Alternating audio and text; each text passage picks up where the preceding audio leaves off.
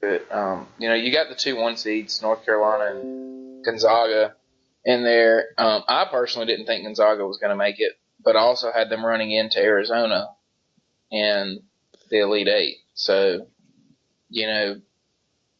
congrats Gonzaga, I guess, for making their first Final Four and stuff. But I definitely didn't have them making it. Nobody saw South Carolina making it, I guess, except besides like what was it, 618 people or whatever out of 18.8 million had the Final Four, right? Yeah. I just didn't have, coming off when we beat South Carolina in the SEC tournament, I kind of just thought that they didn't have any momentum going into the NCAA tournament. Most of the time these teams are like 7 seeds. They're hot from their conference tournament. UConn did it a few years back with Kemba, and most of the time they're just kind of hot going into it. But South Carolina wasn't, and they had kind of fallen off towards the end of SEC play as well. And I don't know about you, but I definitely didn't see South Carolina making this kind of run. Yeah, I mean, if you would have told me there was going to be an SEC team in the Final Four, I would have said Florida or Kentucky. Kentucky, yeah. Yeah, and then, like and Arkansas almost beat North Carolina, which would have been huge. Yeah. Then you would probably have Kentucky in. I told Dad the other day, I said that the winner of the Kentucky-North Carolina game is going to be the national champion, and that's what I believe. I believe that North Carolina is going to win it now. I think they're the best team left. It's just crazy. It's crazy how everything, I didn't think Kansas was going to lose, especially not the way that they had played up to that point against Oregon. Yeah, especially the game was in Kansas City. Yeah, it was in Kansas City. Yes. They were playing well. 90 miles away. They had good players. Just didn't see them losing to Oregon at all. I was surprised. And, watching that game, you just kind of kept waiting for Kansas to make that run. To make the run to get back in the game, and I guess Oregon just did a good job of not letting them. They kept Kansas from making that big run that those good teams make. You saw it in the Kentucky North Carolina game. It was a game of runs in that one. North Carolina would go on an 8-0 run, then Kentucky would go on an 8-0 run, and then North Carolina would go on a 6-0 run, and Kentucky would go on an 8-0 run. And it was just back and forth with, and you just kept waiting for Kansas to sit there and go on, down by 12 and to just go on an 8-0 run real quick and boom, be down by 4. It just never happened. Yeah. I don't know why. It was like Kansas just wasn't ready to play. Frank Mason came out and he was ready to play and he played pretty well. But he was the only one who looked like they were ready to play. Everybody else on their team. Oregon out-physicaled them. Do what? Oregon out-physicaled them. Oh, yeah, for sure. I mean, Oregon just played better basketball. I mean, they played a lot better than Kansas did, and that really surprised me because I kind of thought I was starting to think Kansas is the best team in the tournament, and then all of a sudden, I really was. I said that. I tweeted that out. Yeah, and then they lost to Oregon. That's just wild. Yeah, I didn't. This whole tournament's been crazy. I think it's going to be Gonzaga and North Carolina for the championship, but the way the tournament's going, it wouldn't surprise me if it's Oregon versus South Carolina. I mean, just how everything's going. I don't think Oregon's going to beat North Carolina though, just because I think Kennedy Meeks down low is going to he's going to be the X factor in that game on Saturday. And then I don't know who's going to win the South Carolina Gonzaga game, honestly. Just because South Carolina's playing hot and they're playing good defense, and this will be the best defense that Gonzaga's faced up to this point. Yeah, I mean, it definitely wouldn't surprise me if South Carolina won. What would surprise me, though, is if Oregon beat North Carolina. Yeah, that one would surprise me. Yeah. I haven't believed in Oregon yet, though. I had them losing early. Yeah, so I haven't been a big believer, but, Oregon's one of those teams that they can shoot it. But they were one of those teams that won at home. They won all their games at home, lost some road games. So I was kind of surprised that they've been able to go away from Eugene and win the way that they have. Yeah. But, it's going to be an interesting weekend. Yeah, I mean, it's shaping up. I have Gonzaga and North Carolina in the championship. That's my championship as of now. And I got North Carolina winning when Yeah, I had North Carolina winning my bracket, so I mean my champion's still alive. yeah. How many Final Four do you have left?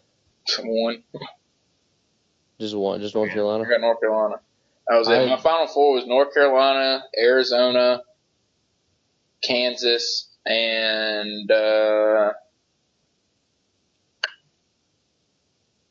we'll see. It wasn't none of those. I'd have to go back and look. It was North Carolina, Kansas, Arizona, and it wasn't Duke. I had Duke losing. It wasn't Gonzaga. It may have been Duke.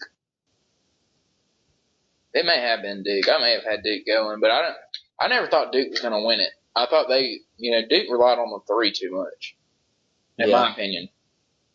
yeah. But I don't think I have. I think my bracket's done. I don't think I have any more uh, points remaining.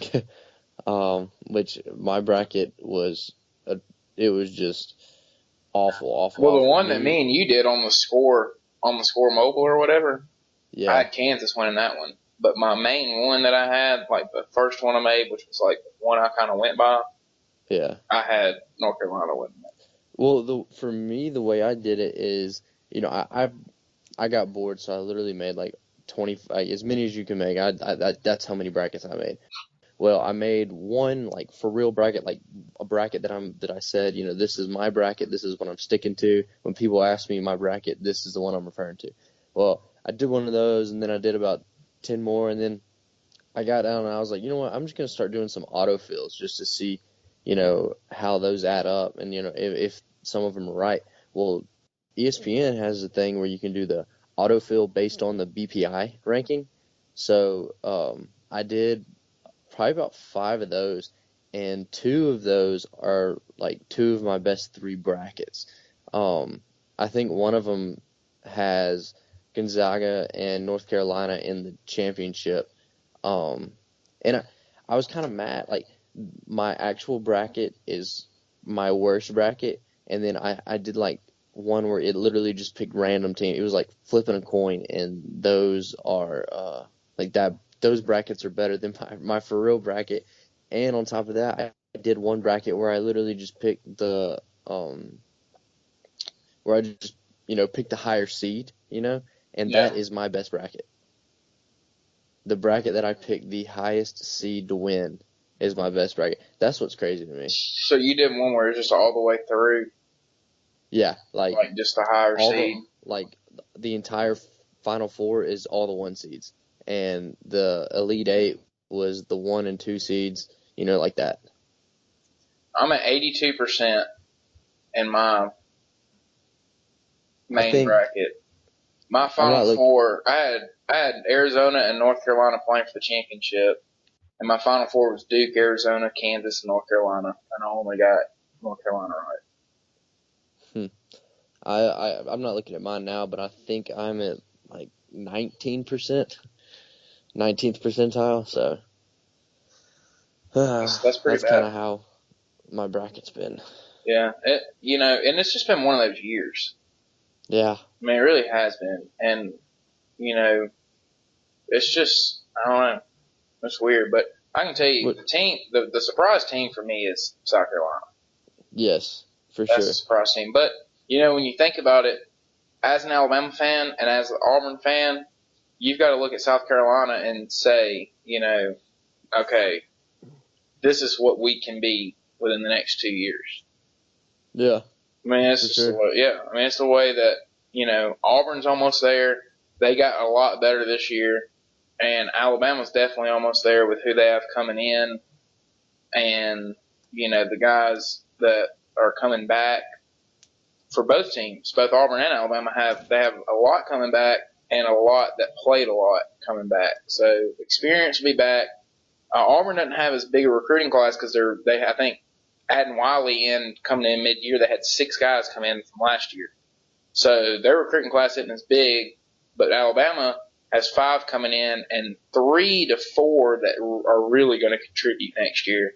But the experience that they have coming back with Riley Norris and, Dazon, Braxton Key, those guys, factoring that in with the talent they have coming in, Alabama has a good shot, and I think Auburn has a good shot. I think we're going to see both those teams in the tournament next year.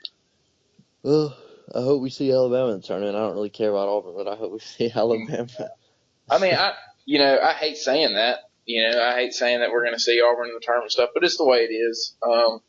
Bruce Pearl is going in the right direction, and I'll be honest. When Bruce Pearl came on the market, I was for Alabama to hire him. I was the year before we fired Anthony Grant. I was for firing Anthony Grant and getting Bruce Pearl. We didn't. We let Grant stick around another year. And then Bill Battle almost made the dumb mistake of letting him stick around for another year after that, but the backlash from the fan base pretty much made it where he had to fire him.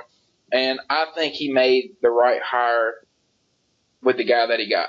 I think Avery Johnson fits in with what Alabama basketball needs, and I think he made a good hire. And I think Auburn made a good hire getting Bruce Pearl as well because he fits in with the way that Auburn is. The family – or, just how they do things. He fits in there, and it was a good hire by Auburn. And, people forget, people that kind of make fun of Auburn and also are disappointed in the way they did this year, even though they improved vastly in their win-loss, margin. He took that program from basically nothing. I mean, they had nobody. Auburn didn't have anybody.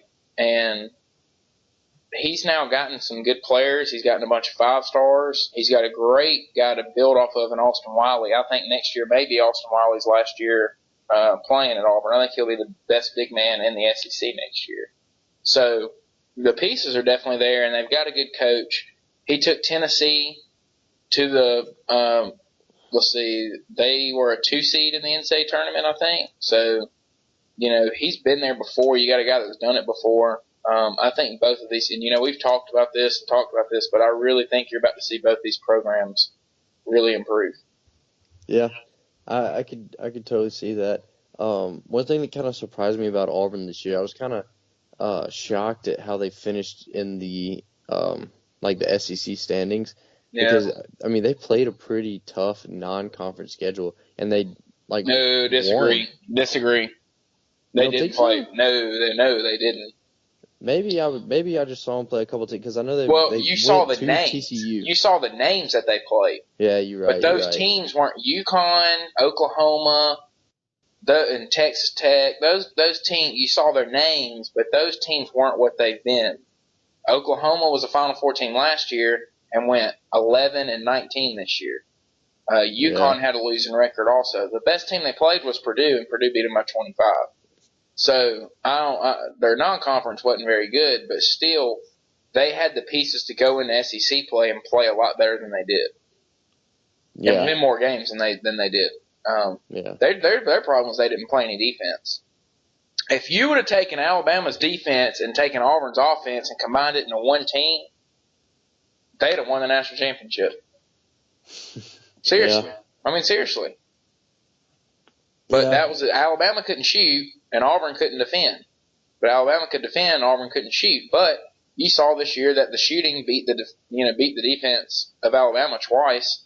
But Auburn caught fire in both of those games, and it was two very mediocre teams this year. Alabama was very mediocre, Auburn was very mediocre, but Auburn was a lot better than what they've been doing, which was a big step for them. So I look for both teams to win over 20 games next year and be playing in March. Yeah.